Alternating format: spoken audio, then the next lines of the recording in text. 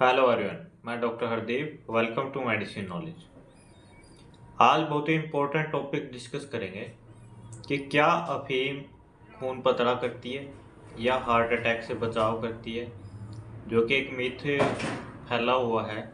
और लोग अफीम खाने के साथ साथ जो है इस बात को भी नज़रअंदाज कर देते हैं कि इसके साइड इफ़ेक्ट क्या क्या होने वाले हैं। तो आज हम इसके बारे में पूरा डिस्कस करेंगे, क्या ये खाना चाहिए, क्या इसके साइड इफ़ेक्ट हैं और क्या इसके बेनिफिट भी हैं क्या कुछ। तो सबसे पहले बात करते हैं अफीम यानी ओपियम। ये ऑब्टेन होती है एक प्लांट से जिसका नाम है पापावर सोमनीफेरम। पापावर सोमनीफेरम के प्लांट्स के ऊपर एक बल्ब जैसा स्ट्रक्चर होता है जिससे अफीम का जो है दूध जैसा जो लेटेक्स निकलता है, जिसको अफीम बोला जाता है, उसको बाद में कलेक्ट कर लिया जाता है। ये अफीम की जो है नेचुरल और रॉ फॉर्म होती है जिसको लोग कंज्यूम करते हैं, जो कि काफ़ी एडिक्टिव है और कभी कभार जो है डेंजरस भी है हाई क्वांटिटी के अंदर। अब अफीम की जो खेती पूरी तरीके से लाइसेंस कल्टीवेटेड क्रॉप्स है ये, मतलब सब नहीं उगा सकते हैं। एक प्रॉपर जो है लाइसेंसिंग की ज़रूरत पड़ती है। तो बात करते हैं अफीम उगती कहाँ कहाँ है इंडिया में। इंडिया में एमपी में, राजस्थान में और some part of the UP, इसमें अफीम उगाई जाती है क्योंकि वार्म टेम्परेट रीजन इसको ज़रूरत होता है, यानी गर्म जहाँ पर मिजाज रहता है धरती का, जैसे जहाँ पर ज़्यादा गर्मी पड़ती है तो वहाँ पर यह उगाई जाती है और प्रॉपर जो है गवर्नमेंट लाइसेंस के साथ उगाते हैं। ये उगाने का पर्पज़ केवल मेडिसिनल पर्पज़ है, ना कि कोई खरीदने और बेचने के लिए।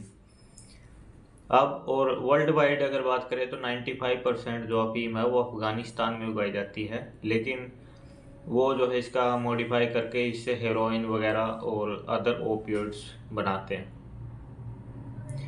अब दो टर्म्स हमने सुनी है, एक सुनी है ओपियम अफीम और दूसरी सुनी होगी मॉर्फिन। अफीम और मॉर्फिन दोनों सेम चीज़ है। अफीम जो है रॉ फॉर्म है, यानी कच्चा पदार्थ है जो कि हमें डायरेक्ट प्लांट से मिलता है, जबकि मॉर्फिन जो है थेरापेटिकली मॉडिफाइड अफीम का एक डेरिवेटिव है जो कि मेडिसिनल पर्पज़ के लिए यूज किया जाता है और एक प्रॉपर डोजिंग के साथ प्रॉपर जो है साइड इफ़ेक्ट्स को देखते हुए एक अच्छा मेडिसिनल पर्पज़ का एक ड्रग है, तो वो मॉर्फिन है। साइड इफ़ेक्ट दोनों के सेम है। इस अगर ये कच्चे फॉर्म में लेते हैं तो इसके साइड इफ़ेक्ट ज़्यादा है, उसके कम है क्योंकि उसको मेडिसिन के तौर पर लिया जाता है। बहुत अच्छी मेडिसिन भी है मॉर्फिन। अब बात करते हैं कि इसके बेनिफिट क्या है। अफीम के या मॉर्फिन के जो बेनिफिट्स की बात करते हैं तो सबसे पहले तो बात करते हैं एनाल्जेसिक के तौर पर काम करती है, यानी पेन को कम करती है, दर्द को कम करती है। सबसे बड़ा बेनिफिट इसका यही है।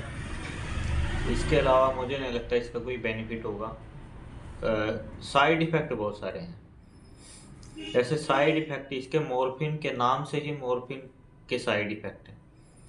जैसे यहाँ पर दिया भी है, जैसे एम से मायोसिस हो जाता है, यानी पिन पॉइंट प्यूपिल हो जाते हैं, यानी किसी को ओवरडोज हो गई या किसी ने खा ली तो उससे जो है उसका पिन पॉइंट प्यूपिल हो जाता है।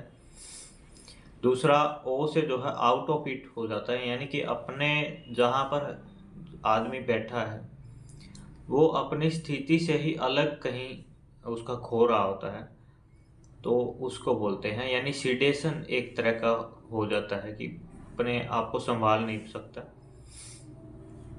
फिर आर से बात करते हैं रेस्पिरेटरी डिस्ट्रेस। रेस्पिरेटरी डिस्ट्रेस का मतलब है कि हार्ट रेट जो है वो काफ़ी हद तक कम हो जाती है। फिर आते हैं पी से आता है एस्पिरेशनल निमोनिया। हार्ट रेट कम हो गई, सीडेशन है, पेशेंट है तो कभी कभार एस्पिरेट कर जाता है। एस्पिरेट करने का मतलब होता है कि जैसे कोई बलगम या कोई वोमिटिंग जैसा कुछ होता है तो कई बार हमारे लंग्स में चला जाता है और वो चोक हो जाते हैं, तो एस्पिरेशन निमोनिया इसकी वजह से देखने को मिलता है, जो कि काफ़ी डेंजरस सिचुएशन है। एच से हमारा जो है हिप्नोसिस। या हाइपरटेंशन देखने को मिलती है। दोनों चीज़ें हो सकती हैं इसमें, मतलब ब्लड प्रेशर जो है बढ़ा देता है।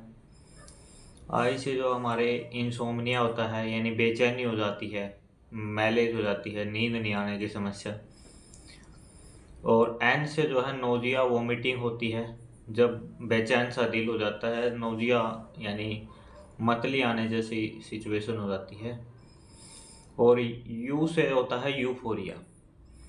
यूफोरिया एक sense of feeling of a king, मतलब ऐसा फील होता है कि आप जैसा कोई है ही नहीं। जिसने खाई होगी तो उसको ऐसा फील होगा कि भाई उसके जैसा तो कोई नहीं है। तो एक सेंस ऑफ गुड की फीलिंग, अच्छी फीलिंग जो है इसमें देखने को मिलती है। तो ये इसके साइड इफेक्ट हैं। बेसिकली अफीम के साइड इफेक्ट में इसके अलावा जो है, एक तो एडिक्शन सबसे ज़्यादा है, दूसरा कॉन्स्टिपेशन। जो अफीम का लगातार सेवन करते हैं उनको कॉन्स्टिपेशन की बहुत बड़ी समस्या रहती है।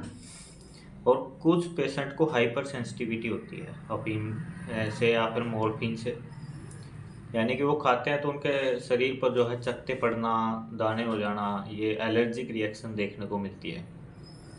तो ये इसके कुछ साइड इफेक्ट थे। अब हम अपने मुद्दे पर आते हैं कि क्या अफीम ब्लड कोलेस्ट्रॉल को कम करती है या फिर हार्ट अटैक से बचाव करती है, ब्लड थिनर का काम करती है यानी खून पतला करती है क्या? तो इन सब का आंसर है नहीं। अब ना तो ये खून पतला करती है, ना हार्ट अटैक में इसका कोई रोल है, और ना नस ब्लॉक को खोलने में इसका कोई रोल है, बल्कि इसका उल्टा रोल हो जाता है। जैसे ही हम हार्ट अटैक होता है या कुछ भी, कोई नस ब्लॉक होती है, तो अफीम देना उसको जो है एक मतलब अनपढ़ता जैसी सिचुएशन हो जाती है। अफीम का रोल मायोकार्डियल इन्फ्राक्शन यानी हार्ट अटैक में इतना है कि जो दर्द होता है उस टाइम पर मॉर्फिन का केवल एक दर्द को कम करने का काम है, ना कि ऐसा है कि मतलब भाई उसमें मायोकार्डियल यानी हार्ट अटैक से बचा लेगी। ये बस मात्र एक मिथ है, किसी को पता नहीं है इसके बारे में। तो वो जैसे ही किसी को चेस्ट पेन होता है, किसी को कुछ भी नस ब्लॉकेज होती है, तुरंत उसको अफीम देना शुरू कर देते हैं। कुछ मायने में आराम करती है, लेकिन वो पेन किलर के तौर पे आराम करती है, ऐसा नहीं कि वो नस को खोल देगी या उसको। अब ऐसे केस में क्या होता है कि रेस्पिरेटरी डिस्ट्रेस हो जाता है, हाइपोटेंशन हो जाता है कभी कभार, या फिर हाइपरटेंशन हो जाएगा, मतलब ओवरडोज होगी तो हाइपरटेंशन होगा। और अदरवाइज अफीम हार्ट रेट को और हाइपरटेंशन को बढ़ाने का ही काम करती है, कम नहीं करती है। अब ऊपर से नस ब्लॉक थी, आओ ऊपर से अफीम दे दी, हाइपरटेंशन था, तो नस के जो है परफोरेशन यानी फटने का खतरा हो जाता है, तो उस पर उसकी वजह से हैमरेज हो सकती है।